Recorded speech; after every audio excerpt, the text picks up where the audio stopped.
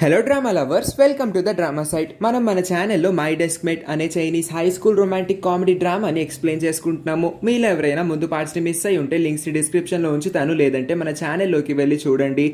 ఇవాళ morning little King Kong స్కూల్కి వచ్చి రాగానే తన క్లాస్మేట్స్ అందరూ తనకి షాకింగ్ న్యూస్ ఒకటి చెప్తారు. తను ఇంకా జిన్హాన్ వాళ్ళిద్దరూ చిన్నప్పటి నుంచి చైల్డ్హుడ్ ఫ్రెండ్స్ అని, వాళ్ళిద్దరూ చైల్డ్హుడ్ బెస్ట్ ఫ్రెండ్స్ అని జిన్హాన్ ఒక పోస్ట్ కూడా పెట్టాడు. ఆఫీషియల్ గా జిన్హాన్ అనౌన్స్ చేశాడు అని అనగానే, అవునా, చిన్నప్పుడు నేను జిన్హాన్ తో గడిపిన ఒక్క మెమరీ కూడా నాకు గుర్తు రావట్లేదు, అలాంటిది ఈ న్యూస్ ని ఎలా నమ్మాలబ్బా అని చెప్పి వెంటనే వాళ్ళ చైల్డ్హుడ్ అంటే కిండర్ గార్డెన్ లో ఉన్నప్పుడు తన గ్రూప్ ఫోటోని ఒకటి తీస్తుంది. దానిలో జిన్హాన్ ఎవరు అనేది తను బాగా కన్ఫ్యూజ్ అవుతుంది కాబట్టి వెంటనే జిన్హాన్ దగ్గరికి వెళ్ళి ఈ ఫోటోని చూపించి, నువ్వు పోస్ట్ పెట్టావు కదా, మరి ఆ పోస్ట్ కి సంబంధించి నువ్వే ఆన్సర్ చెప్పాలి, దీనిలో ఎవరు నువ్వు అని అంటే తను ఒక అబ్బాయి ఫోటో అయితే చూపిస్తాడు. అప్పటికి అనుకున్నాను వీడే నువ్వు అని అనుకున్నాను, సేమ్ టు సేమ్ మీరిద్దరు ఒకేలా ఉన్నారని చెప్తుంది. నిజానికి ఆ ఫోటోలో జిన్హాన్ చూపించింది ఎవరో కాదు, షెన్జే అన్న విషయం కూడా లిటిల్ కింగ్ కాంగ్ మర్చిపోయి అది నిజంగానే జిన్హాన్ అని నమ్మేస్తుంది.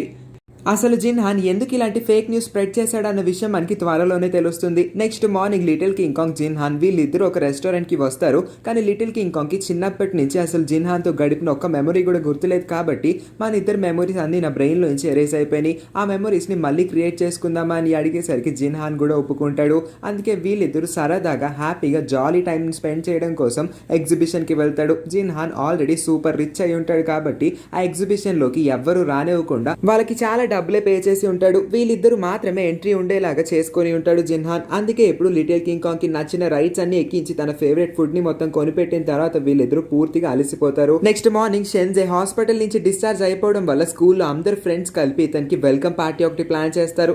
షెన్జేకి గ్రాండ్ వెల్కమ్ చెప్పేసరికి అతను కాస్త ఎమోషనల్ అవుతాడు. వీళ్ళందరూ ఇతని గురించి ఇంత ఆలోచిస్తున్నారని చాలా చాలా హ్యాపీగా ఫీల్ అవుతాడు. షెన్జేకి ఇప్పుడిప్పుడే ఆ ఫేక్ న్యూస్ గురించి మొత్తం అన్ని విషయాలు తెలుస్తూ ఉంటాయి. లిటిల్ కింగ్ కాంగ్ ఇంకా జిన్హాన్ వీళ్ళిద్దరూ అసలు చైల్డ్హుడ్ బెస్ట్ ఫ్రెండ్సే కాదు, నేను నీ చైల్డ్హుడ్ బెస్ట్ ఫ్రెండ్ అని ఎంత చెప్పినా లిటిల్ కింగ్ కాంగ్ వినిపించుకోదు. అసలు షెన్జే రకరకాలుగా చెప్పడానికి ప్రయత్నిస్తాడు కానీ ఏ రకము పనిచేయదు. చివరికి లిటిల్ కింగ్ కాంగ్ ఇప్పుడు షెన్జే మీదకి ఎగిరి అరిచి మరి, నువ్వు కాదురా నా చైల్డ్హుడ్ బెస్ట్ ఫ్రెండ్, జిన్హానే నా చైల్డ్హుడ్ బెస్ట్ ఫ్రెండ్ అని అంటుంది. అసలు ఇది అబద్ధం అని ఎలా ప్రూవ్ చేయాలో షెన్జే బాగా కన్ఫ్యూజ్ అవుతూ ఉంటాడు.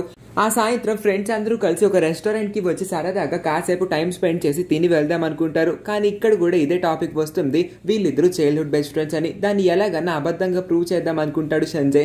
అదే టైంకి అక్కడికి వచ్చిన ఆ వెయిట్రెస్ మాత్రం వీళ్ళకు బంపర్ ఆఫర్ ఇస్తుంది. చిన్నప్పటి నుంచి మీరు ఇక్కడికి వస్తున్నారంటే కనుక ఒకవేళ మీరు ఏదన్నా ఒక కాంటెస్ట్ లో గెలిస్తే మీ యొక్క ఫొటోస్ ని మా నోటీస్ బోర్డులో అంటిస్తాము, మీరు కావస్తే ఒకసారి వెళ్ళి చెక్ చేయండి. చిన్నప్పటి నుంచి మీరు ఏదో ఒక కాంటెస్ట్ లో గెలిచి ఉంటే మీ ఫోటో అయితే ఆ నోటీస్ బోర్డులో ఉంటుంది, వెళ్ళి చెక్ చేయండి అని అనగానే లీలా ఇంకా జిన్హాన్ ఇద్దరికిద్దరు ఒక్కసారిగా నో అని అరుస్తారు. వీళ్ళు ఎందుకు నో అని అరిశారో మనకి త్వరలోనే తెలుస్తుంది. కానీ షెన్జే మాత్రం ఆతృత ఆపుకోలేక వాళ్ళు చిన్నప్పుడు ఒక కాంటెస్ట్ గెలిచారన్న విషయం గుర్తొచ్చి వెంటనే ఆ నోటీస్ బోర్డు దగ్గరికి వెళ్ళి చూస్తే అక్కడ లిటిల్ కింగ్ కాంగ్ ఉంటుంది, ఇటు పక్క షెన్జే ఉంటాడు, మధ్యలో మాత్రం ఎవరో ఉంటారు. అసలు అతను ఎవరు అనేది క్లియర్ గా అర్థం కాదు. అతను చూడడానికి బ్లాక్ కలర్ లో ఇంకా బండగా ఉండడంతో డార్క్ ఇంకా బ్లాక్ కలర్ అబ్బాయి మనం చిన్నప్పుడు మనతో పాటు చదువుకున్నాడు, అసలు ఆ విషయమే నాకు గుర్తు రావట్లేదు అని లిటిల్ కింగ్ కాంగ్ ఇంకా షెన్జే బాగా కన్ఫ్యూజ్ అవుతూ ఉంటాడు. ఆ ఫోటోని జిన్ చూసిన తర్వాతే చెప్తుంది, అసలు ఈడు అబ్బాయే కాదు, ఈ బండగా ఉన్న బ్లాక్ కలర్ది అమ్మాయి, ఇదొక అమ్మాయి ఫోటో, సరిగ్గా చూడండి అని చెప్పిన తర్వాత అవును కదా అమ్మాయి, అయితే ఖచ్చితంగా జిన్హాన్ ఏమి మన చైల్డ్హుడ్ బెస్ట్ ఫ్రెండ్ కాదు అని షెన్జే అంటాడు.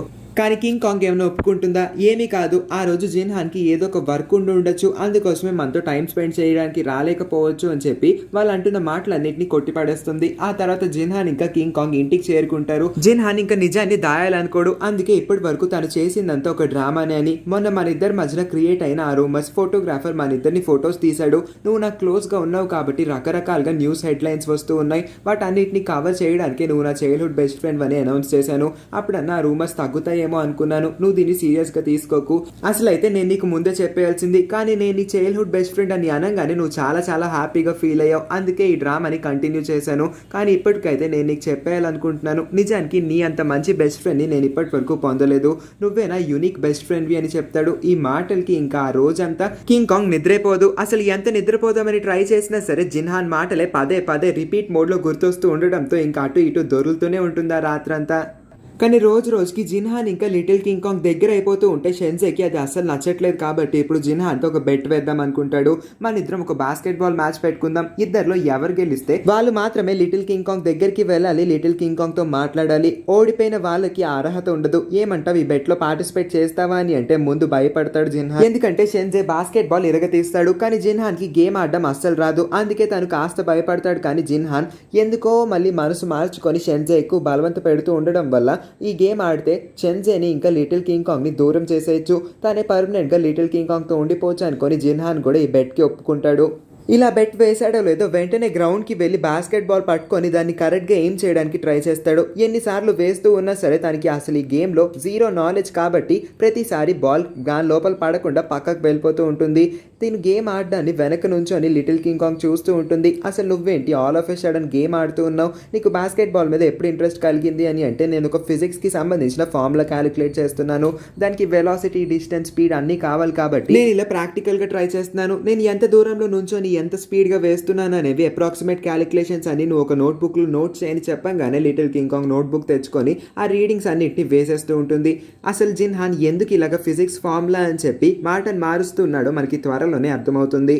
కానీ ఆడి ఆడి జిన్హాన్ బాగా అలసిపోతాడు. సడన్గా అతనికి చెస్ట్ పెయిన్ వస్తుంది. అయినా సరే ఓటమిని ఒప్పుకోకుండా నెక్స్ట్ డే షెన్జేతో గేమ్ ఆడడానికి ఒప్పుకుంటాడు. కానీ గేమ్ రూల్స్ని మార్చేసి మనం ఇప్పుడు కళ్ళు మూసుకొని బాస్కెట్ బాల్ ఆడదాం, ఎలాగో నువ్వు దీనిలో ఛాంపియన్వు కాబట్టి కళ్ళు మూసుకొని ఆడడం నీకు అంత కష్టమేమి కాకపోయి ఉండొచ్చు అని చెప్పంగానే షెన్జే కూడా రెచ్చిపోయి వెంటనే కళ్ళు గంతలు కట్టేసుకొని ఆడడానికి ఒప్పుకుంటాడు.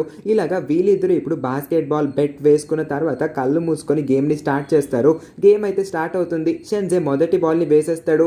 అంతే స్పీడ్గా కళ్ళు మూసుకొని వేయడం అంటే అంత ఈజీ కాదు కాబట్టి అందరు అమ్మాయిలు షెన్జేకి చీట్ చేస్తూ ఉంటారు. కానీ జిన్హాన్ మాత్రం ఫస్ట్ బాల్ని లూజ్ చేసేస్తాడు. అందుకోసం షెన్జే తన వైపు చూసి పడి పడి నవ్వుకుంటాడు. అలాగా షెన్జే రెండో బాల్ని కూడా యాక్యురేట్గా వేస్తాడు. జిన్హాన్ స్కోర్ ఇంకా జీరోనే ఉంటుంది. ఇప్పుడు జిన్హాన్కి తను క్యాలిక్యులేట్ చేసిన ఒక ఫార్ములా అయితే గుర్తొస్తుంది. అంటే తను ప్రాక్టికల్గా ఆ ఫార్ములాని క్యాలిక్యులేట్ చేసి ఇప్పుడు కళ్ళు మూసుకున్నా సరే తను యాక్యురేట్గా వేయడాన్ని నేర్చుకుంటాడు. అందుకోసమే ఇప్పుడు ఈ బెట్ని అయితే వేసుకొని కళ్ళు మూసుకొని ఆడదామని అంటాడు. ఇలాగా వీళ్ళ గేమ్ ప్రోగ్రెస్ అవుతూ ఉంటుంది. ఇద్దరికి 9-9 వస్తాయి. కానీ చివరి బాల్ ని షెన్జే మిస్ చేసేస్తాడు. జిన్హాన్ వేస్తాడు కాబట్టి 10 పాయింట్స్ వచ్చిన జిన్హాన్ అల్టిమేట్ గా విన్నర్ అయిపోతాడు. ఓడిపోయిన కోపంలో షెన్జే చాలా చిరాగ్గా బాల్ని తీసుకొని మళ్ళీ ఆ బోర్డ్కే విసురుతాడు. కానీ అది బౌన్స్ అయి వచ్చి చివరికి జిన్హాన్ చేతికి తగులుతుంది. అతని చేతికి పెద్ద దెబ్బ తగులుతుంది కాబట్టి కింగ్ కాంగ్ కంగారు పడి పద నేను నీకు బ్యాండేజ్ వేస్తాను పద జిన్హాన్ అని తీసుకువెళ్తుంది. షెన్జే ఇప్పుడు కాస్త బాధపడతాడు, తను వల్ల జిన్హాన్కి దెబ్బ తగిలింది కాబట్టి. వెంటనే పరిగెత్తుకుంటూ వాళ్ళ ఇంటికి వచ్చేసి ఫస్ట్ ఎయిడ్ బాక్స్ ఓపెన్ చేసి దానిలో కొన్ని మెడిసిన్స్ని తీసుకొని జిన్హాన్ దగ్గరికి పరిగెత్తుకుంటూ మళ్ళీ తిరిగి పైకి వెళ్తుంది. వెళ్ళంగానే ఇదిగో ఇది తీసుకో, ఇది వేసుకున్నావంటే ఖచ్చితంగా నీకు నొప్పి మొత్తం పోతుంది అని అంటే నా తాబేలు కనిపించట్లేదు, దాన్ని వెతకడానికి హెల్ప్ చేయవా అని తన్ని లోపలికి పిలుస్తాడు. అలాగా వీళ్ళిద్దరూ వెతుకుతూ ఉంటారు. కింగ్ కాంగ్ వెతుకుతూ జిన్హాన్ యొక్క బెడ్రూమ్లోకి అయితే వెళ్ళిపోతుంది. అలా వెళ్తుందో లేదో తను కళ్ళు జిగేల్మంటాయి. ఎందుకంటే జిన్హాన్ రూమ్ మొత్తం ఏరోస్పేస్ ఇంకా ఆస్ట్రోనాట్స్ కి సంబంధించిన చాలా బొమ్మలు ఇంకా బుక్స్ ఉంటాయి. అవి చూసి షాక్ అవుతుందో లేదో పరిగెత్తుకుంటూ వచ్చిన జిన్హాన్ ఆ డోర్ ని క్లోజ్ చేసేసి నువ్వెందుకు ఈ రూమ్ లోకి వచ్చావు, ఆయన నువ్వు ఈ రూమ్ లోకి రాకూడదు అని చెప్పి ఎందుకో కంగారు పడుతూనే నువ్వే నా తాబేల్ని వెతకక్కర్లేదు, వెళ్ళిపో, ఇక్కడి నుంచి అయితే ప్రస్తుతానికి వెళ్ళిపో, ఎలాగో నాకు మెడిసిన్ ఇచ్చేసావు కదా అని చెప్పి తను వెంటనే బయటికి గెంటేస్తాడు. అసలు కింగ్ కాంగ్ కి ఏమీ అర్థం కాదు. తన రూమ్ లో ఎందుకు అన్ని ఆస్ట్రోనాట్ బొమ్మలు ఉన్నాయి, తనకి ఆస్ట్రోనాట్ అవడం ఇష్టమేమో అని అర్థం చేసుకుంటుంది. నెక్స్ట్ సీన్ లోనే ఒక గ్రాండ్ ఎంట్రీని అయితే ఇస్తారు. ఇప్పుడు వచ్చిన ఈవిడే జిన్హాన్ వాళ్ళ మమ్మీ. చాలా arrogant, beautiful and rich K richer అయి ఉంటుంది.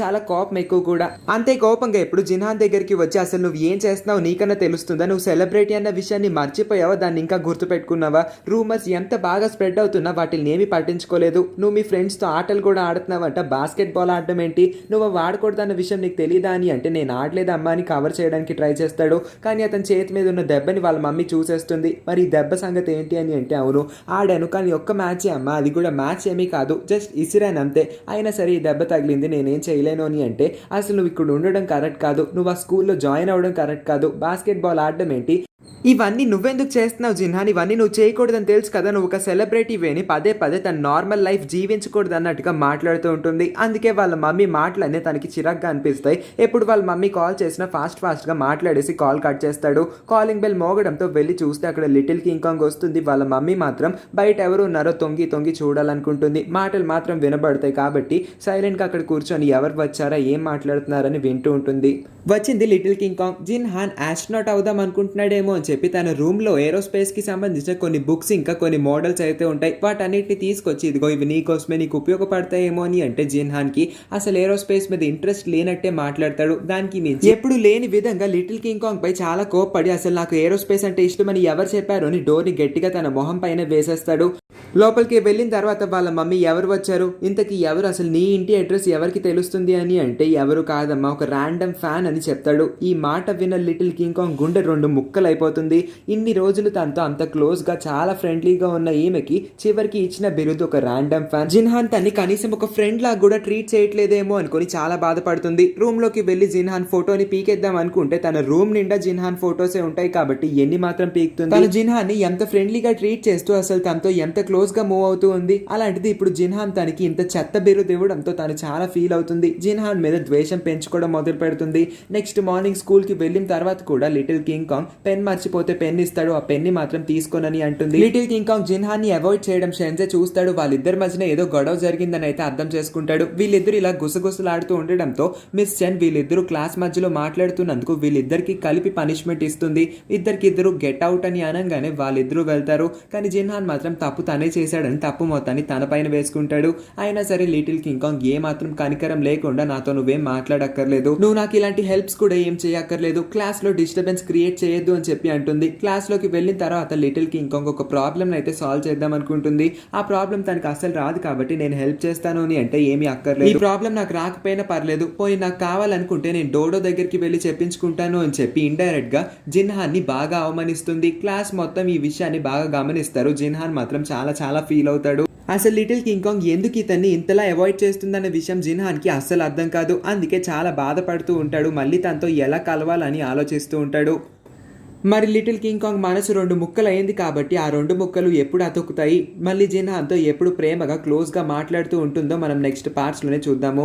ఈ సీన్తో ఈ పార్ట్ అయితే ఎండ్ అయిపోతుంది. నెక్స్ట్ పార్ట్స్ని కూడా మిస్ అవ్వకుండా చూడాలనుకుంటే మర్చిపోకుండా వెళ్లే ముందు ఈ వీడియోని లైక్ చేసి మన ఛానల్ని కూడా సబ్స్క్రైబ్ చేసుకోండి. దాంతోపాటు పక్కనే ఉన్న నోటిఫికేషన్ బెల్ని కూడా ఆన్ చేసుకొని ఉంచండి. అప్పుడే మేము పెట్టే ప్రతి వీడియోని మీరు మిస్ అవ్వకుండా చూడగలుగుతారు. Thank you for watching.